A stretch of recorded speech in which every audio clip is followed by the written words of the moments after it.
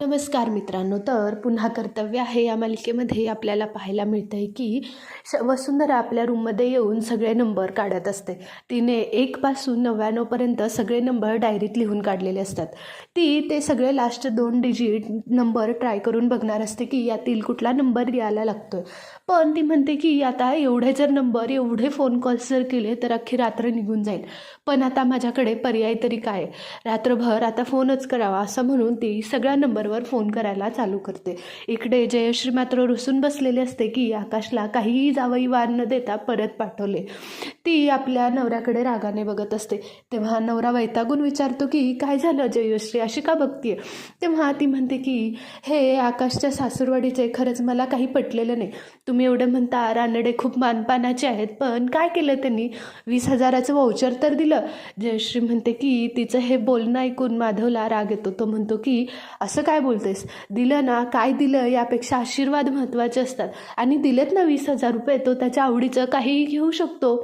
हे ऐकल्यावर जयश्री म्हणते की माझ्या आकाशला तसंही काही कमी पडत नाही, त्याला जे हवं तो ते घेऊ शकतो.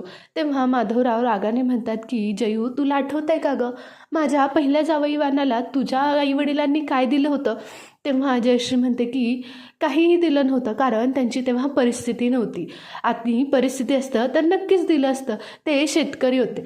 हे ऐकल्यानंतर माधव म्हणतो की हां बरोबर, मग मी सुद्धा तेव्हा मोठ्या मनाने आशीर्वाद म्हणून काही सोन्याचा वाण न घेता आलोच होतो ना. तेव्हा मी सुद्धा फक्त आशीर्वाद द्याच हेच म्हटलं होतं. जयूला तिची जागा दाखवून दिल्यामुळे तिला राग आलेला असतो. माधव म्हणतो की अगं जयश्री, आशीर्वाद महत्त्वाचे असतात आणि आकाशने खरं तर आज माझी मान उंचावलेली आहे. त्याने ज्या प्रकारे मी आपल्या सासूरवाडीच्यांना मान देत होतो त्या प्रकारे त्यांनीसुद्धा दिला. त्यांनीसुद्धा त्याची मान खाली जाऊ दिली नाही. माझ्यासाठी हे महत्त्वाचं आहे आकाश, माझ्यासाठी खरंच खूप अभिमानाची गोष्ट आहे. हे ऐकल्यानंतर जयश्री मात्र तोंड वाकडं करून झोपा म्हणते आणि झोपायला लागते. इकडे वसुंधरा सगळ्या नंबरवर फोन ट्राय करत असते. तिला कुठलाच नंबर लागत नाही, सगळीकडे वेगवेगळा नंबर लागतो. आकाश रूममध्ये येतो. आकाश म्हणतो की काय झालं वसुंधरा, काय करताय. तेव्हा ती काही नाही म्हणते. आकाश म्हणतो की अहो पण एवढ्या रात्रीचं तुम्ही इथे असं का बसलाय. तेव्हा वसुंधरा म्हणते की काही नाही, ते बाबांना फोन करत होते ना, सकाळपासून बोलणंच नाही झालं.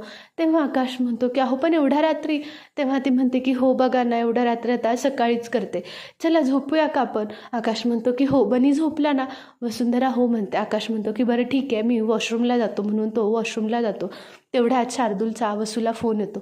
तेव्हा तो म्हणतो की काय झाली का तयारी सगळी गिफ्ट शोधण्याची, उद्या सकाळचं सरप्राईज पूर्ण मी रेडी करून ठेवलेलं आहे आणि सगळ्यांच्या रूममध्ये लपवलेलं सुद्धा आहे. त्यामुळे उद्याच्या सरप्राईजसाठी तयार राहा, तुझ्याकडे पूर्ण रात्र आहे. आता ही गाडी डायरेक्ट उद्या सकाळी कोणाच्या तरी घरात आणि गिफ्टमध्ये जाऊन थांबेल असं म्हणून शार्दूल फोन कट करतो. वसूला कळतं की त्याने गिफ्ट्स लपवलेले आहेत, म्हणून ती आता शोधायचा प्रयत्न करत असते. ती फोन लावते, मात्र कुणालाच फोन लागत नाही. पुढे जाऊन ती सगळ्यांच्या रूममध्ये जाते.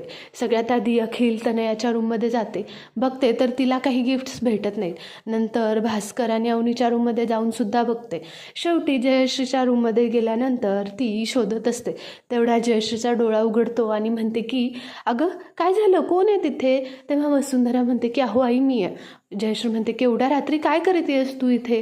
हे ऐकल्यानंतर वसुंधरा म्हणते की काही नाही आई, ते बाबांच्या गोळ्या टायमिंगवर घेतलेत का, डोस चुकायला नको म्हणून आठवण करून द्यायला आले.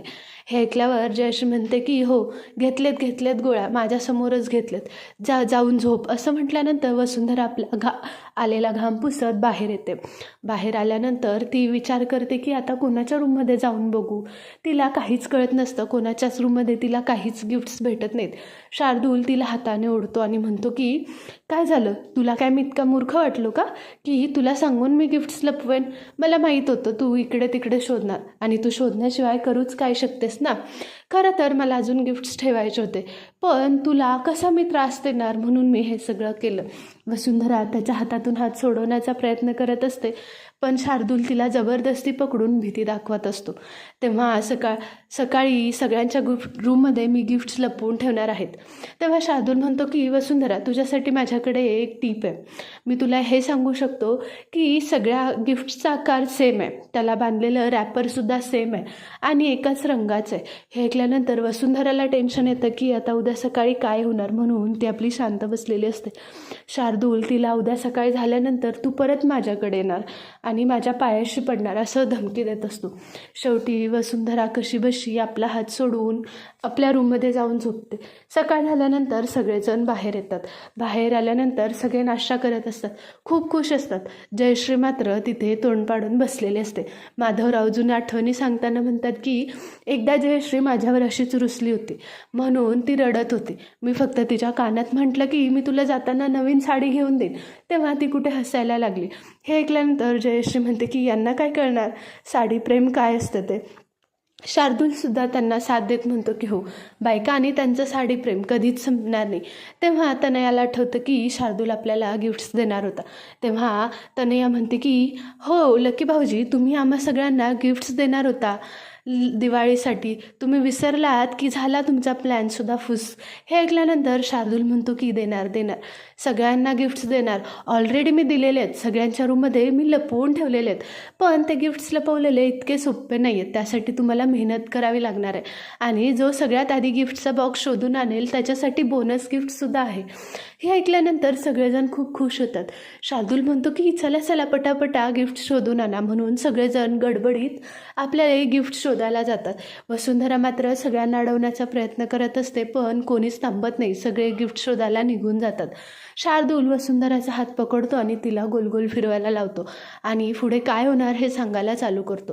तो म्हणतो की थांब वसुंधरा, थोड्या वेळाने कळणारच आहे ना सगळ्यांना की आपण दोघे कोण आहोत. मग त्यांची सगळ्यात आधीची रिॲक्शन तुला एक जयश्री सनसनीत कानाखाली देऊन हाकलून देईल आणि परत तुला माझ्याशी यावं लागेल आणि मी सुद्धा तुला असाच एक्सेप्ट करणार नाही, तुला माझ्या पायाशी लोळवणार, हे करणार ते करणार.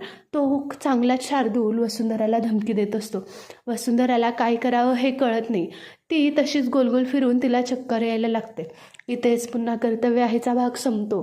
पुढच्या भागात आपल्याला पाहायला भेटणार आहे की वसुंधरा काहीच पर्याय नसल्यामुळे शार्दूलला रियाची धमकी देते आणि सांगते की रियाचा मला फोन आला होता कालच, रियाच्याने माझं बोलणं झालं आहे, तुला जर तुझं सिक्रेट जर जपून ठेवायचं असेल तर तुला माझं सिक्रेटसुद्धा लपवूनच ठेवावं लागेल. आता पर्याय तुझ्याकडे आहे, माझं काय व्हायचं आहे ते होऊ दे, तुलासुद्धा काहीसुद्धा राहणार नाही. हे ऐकल्यानंतर शार्दूलला भीती वाटते आणि तो जयश्रीच्या रूममध्ये जाऊन त्यांच्या गिफ्ट्समध्ये तो ओपन करणार असतात तिथे जाऊन त्यांना अडवण्याचा प्रयत्न करतो. आता पुढे काय होतं हे पाहणंसुद्धा तेवढंच इंटरेस्टिंग आहे. तुम्हाला व्हिडिओ आवडला असेल तर आपल्या चॅनलला लाईक करा, शेअर करा आणि सबस्क्राईब करायला विसरू नका. थँक्यू.